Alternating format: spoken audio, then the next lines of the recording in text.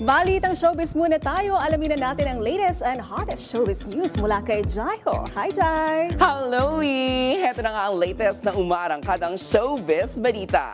Kinamusta natin ang ultimate star na si Jeneline Mercado sa kanyang bagong album at mga plano niya with her husband Dennis Trillo. At dahil uso nga ngayon ang collab, ang tanong, game ba siyang gumawa ng proyekto sa ibang network? Alamin natin ang lahat ng detalye dito lang sa Joy Hot Exclusives.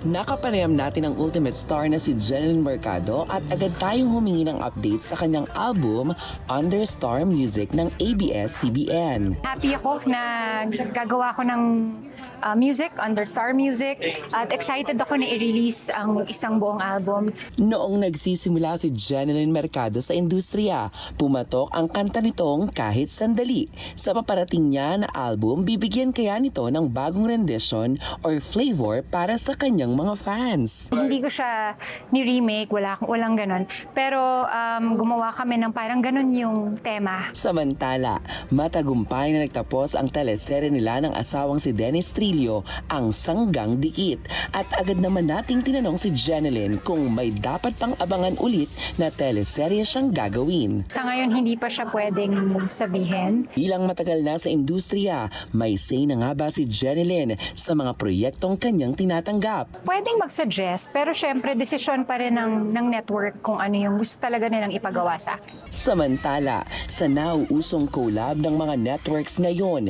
if given a chance, bukod sa recording, ang tanong, game kaya si Jeneline na gumawa ng project sa Kapamilya Network? Why not? Oo naman, syempre. Syempre gusto ko ring makasama yung mga kapamilya, di ba? Lalo na ngayon, parang nasa isang network na rin tayo at magkakasundo na lahat. Matatandaan, isa sa OG si Jeneline Mercado sa mga artistang nagsimula sa reality competition on TV. Ano kaya ang maipapayo niya sa mga artistang nagmumula din sa mga reality shows? Huwag silang matakot mag-explore.